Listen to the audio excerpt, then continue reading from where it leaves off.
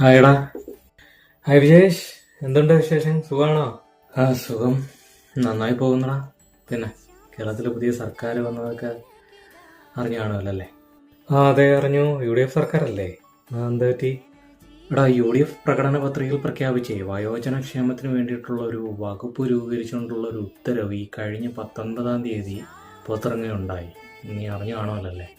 അറിഞ്ഞിരുന്നു. നല്ല കാര്യമല്ലേ. സംസ്ഥാനത്തെ വയോജനങ്ങളുടെ ക്ഷേമത്തിനായി പുതിയ പദ്ധതികളെ രൂപീകരിച്ച് നടപ്പിലാക്കുകയും നിലവിലുള്ള പദ്ധതികളെ ഏകോപിപ്പിച്ചുകൊണ്ട് നടപ്പിലാക്കുകയാണ് പ്രധാന ലക്ഷ്യം എന്നാണ് ഞാൻ അറിഞ്ഞത്.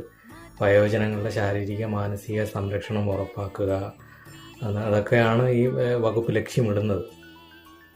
അതേടാ, വയോജനങ്ങളുടെ പ്രധാന ആവശ്യങ്ങൾ പലപ്പോഴും ശാരീരികവും മാനസികവും സാമൂഹികവുമായ തലങ്ങളുമായി ബന്ധപ്പെട്ടതാണല്ലോ.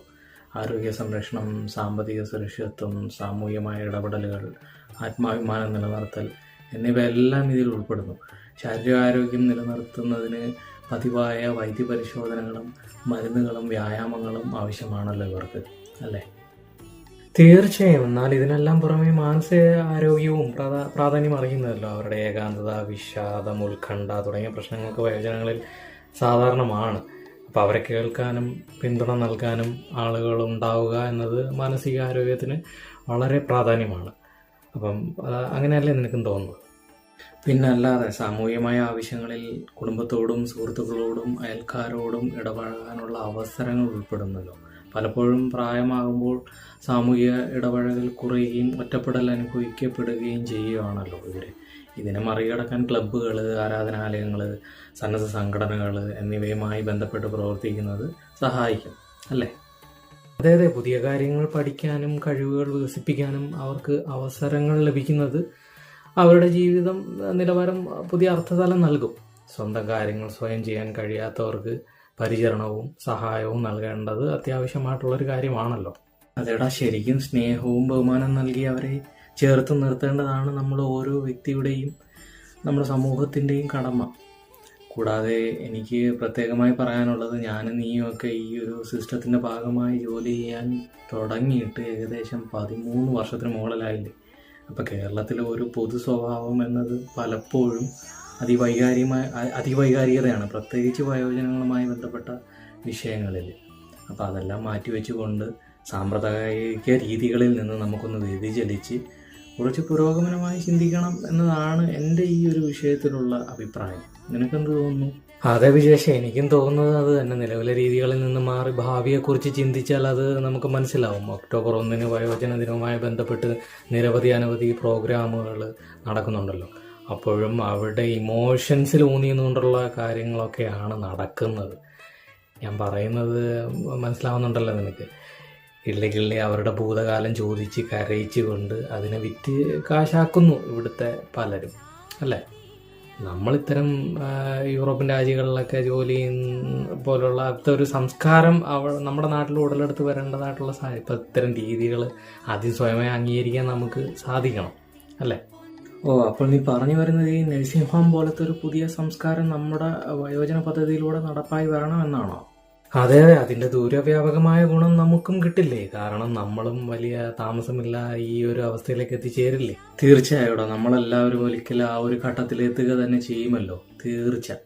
എന്നിരുന്നാലും കേരളത്തിൽ പല സ്വകാര്യ സ്ഥാപനങ്ങളും ഈ ഒരു നഴ്സിംഗ് ഹോം മാതൃക പിന്തുടർന്ന് പോകുന്നുണ്ട്. പക്ഷേ അവിടങ്ങളിലേക്ക് ഫീസ് സാധാരണ ജനങ്ങൾക്ക് താങ്ങാവുന്നതിനും അപ്പുറമാണല്ലോ, അല്ലേ? അതെ വിജേഷ്, നമ്മുടെ സർക്കാർ തലത്തിൽ നിരവധി ഓൾഡ് ഹോമുകൾ പ്രവർത്തിക്കുന്നുണ്ടെങ്കിലും സ്ഥിതി വളരെ പരിതാപകരമാണ്. അതുപോലെ തന്നെ പല സ്വകാര്യ ഓൾഡ് സ്ഥാപനങ്ങളും മറ്റു പല സുമനസ്സുകളുടെ സഹായം കൊണ്ട് മാത്രമാണ് നിലനിന്ന് പോകുന്നത്, അല്ലേ? അതല്ലെങ്കിൽ അങ്ങനെയാണ് നമുക്കൊരു കേരളത്തിലൊരു പുതിയ സംസ്കാരം വളർത്തിക്കൊണ്ടുവരാൻ സാധിക്കുന്നത്. അപ്പോഴേക്കും ഒരു ഓർഡർ വരില്ലേ? നീ ശ്രദ്ധിച്ചിട്ടില്ലേ? പല വിശേഷ അവസരങ്ങളിലും ഇത്തരം വയോജനങ്ങളുടെ ഫീലിങ്സ് വിറ്റ് കാശുണ്ടാക്കാനല്ലേ ആ കൂട്ടർ ശ്രമിക്കുന്നത്. അതിപ്പോൾ ഒരു ക്യാമറയോ മൊബൈൽ ഫോണിലോ എന്തുകൊണ്ടായാലും മതിയല്ലോ. നമ്മൾ ചിന്തിക്കേണ്ടത് അടിസ്ഥാനപരമായ നമ്മുടെ വയോജനങ്ങളുടെ ക്വാളിറ്റി ഓഫ് ലൈഫാണ്. അതിന് മാത്രം പ്രാധാന്യം കൊടുക്കുക.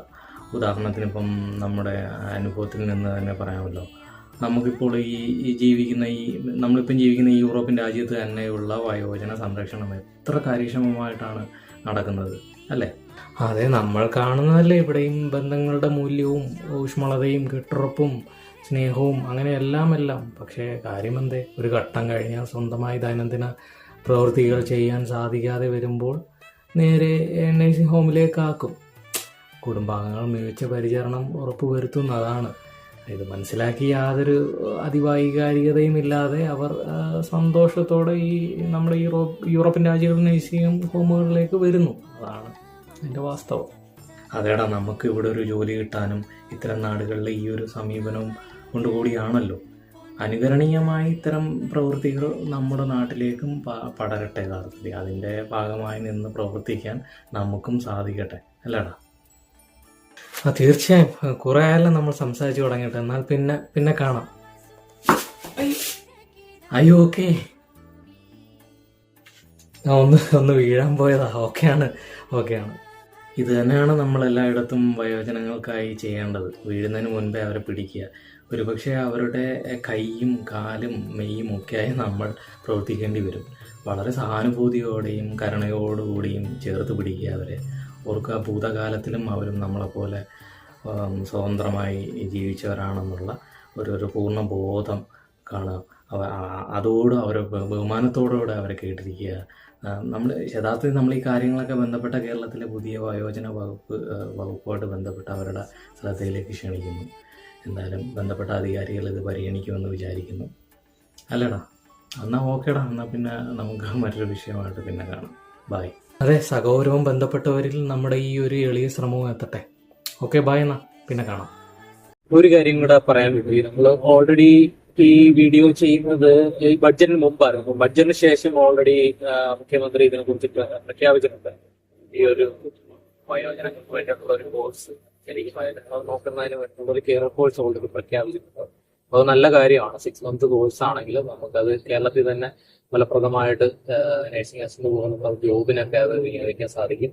ഒരു വാലിഡ് ആയിട്ടുള്ളൊരു കോഴ്സാണത്. അപ്പൊ അത്തരത്തിലുള്ള കാര്യം നല്ല കാര്യമാണ്. കൂടാതെ വയോജനങ്ങളുടെ പ്രത്യേക വകുപ്പിന് അല്ലെങ്കിൽ അവരുടെ ഉന്നം വെച്ചുകൊണ്ടുള്ള കുറെ പ്രഖ്യാപനങ്ങളും പുതിയ ബഡ്ജറ്റിൽ ഉൾപ്പെടുത്തിയിട്ടുണ്ട്. നല്ല കാര്യം.